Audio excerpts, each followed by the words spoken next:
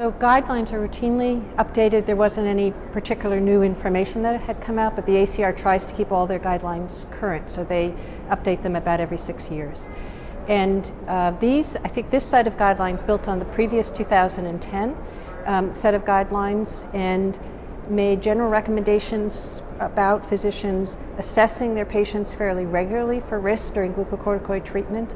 And those assessments vary depending on the age of the patient. So patients over the age of 40, the recommendations are to assess them with a FRAX assessment with bone density testing if that's available, as they start glucocorticoids within 6 months of starting.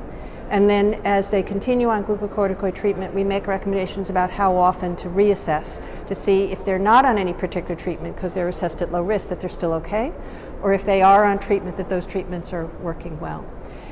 So the first set of recommendations was, how do you assess an individual person's risk? That was a little challenging for people under the age of 40 because we don't have tools to assess risk under the age of 40. So under the age of 40, the panel said that you're high risk if you've already had a glucocorticoid-induced fracture, or if you're starting glucocorticoid treatment with very low bone mass, or you've been on it and you're rapidly losing bone mass. So that was added as a moderate risk group for people under the age of 40. So first, establish the patient's risk. If they're in those categories are different by age, over 40, under 40. Once you've established risk, reassess risk, whether you've treated them or not. So you might not treat them if they're low risk, but follow them to make sure they don't become high risk as they continue glucocorticoid treatment. Then we made recommendations about treatment that are very similar to the last set of guidelines. And those general recommendations were for all age groups of adults, both under 40 and over 40, if you're at moderate to high risk, to do more than treatment with calcium and vitamin D, to add an active agent. And our recommendation for cost and safety reasons was to start with an oral bisphosphonate, unless that was contraindicated or not appropriate. And our second recommendation was for an IV bisphosphonate, and the third preference in that list was teriparatide, and the fourth was denosumab. Then we made some recommendations for special populations.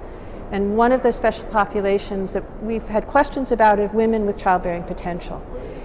We made a recommendation that if they're at moderate to high risk, that they should be treated with oral bisphosphonates if they're not planning a pregnancy during the period of treatment. And we made the recommendations for oral bisphosphonates because we felt it was a safer drug where we had more data about safety if there was an unplanned pregnancy. So we're not suggesting treatment during pregnancy, but we wanted to make sure if there was an unplanned pregnancy that was a safe treatment. A second population we identified as people with organ transplants. And organ transplantation, kidney, heart, lung, is more and more common. And we made a suggestion there to look at those patients, assess their risk, and if they're at moderate to high risk of fracture, also to consider an oral bisphosphonate, or IV bisphosphonate if that was not inappropriate, or teriparatide. There was a recommendation against use of denosumab in the transplant population because they're on multiple immunosuppressives. We weren't sure. There's not enough data to tell us if denosumab is going to increase infection risk in that setting. We also made a recommendation for people at kidney transplants, because that can affect vitamin D metabolism, that they needed to have an assessment for what's called renal bone disease or metabolic bone disease before you used an oral bisphosphonate. Our third special population were children. And so in all our populations, we're suggesting optimizing calcium and vitamin D intake. But for children, and it's rare, but it does happen, who've had a fracture from their glucocorticoid treatment, and who are going to continue glucocorticoids at a significant dose. So that would decrease their ability to recover their bone mass.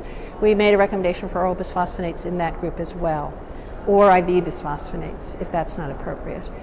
And then the fourth special population was people on very high doses of glucocorticoids for a long period of time.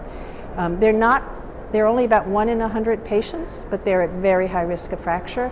And there was a recommendation for people, whether over the age of 30, who are receiving very high doses, to a recommendation for oral bisphosphonates during that high dose treatment.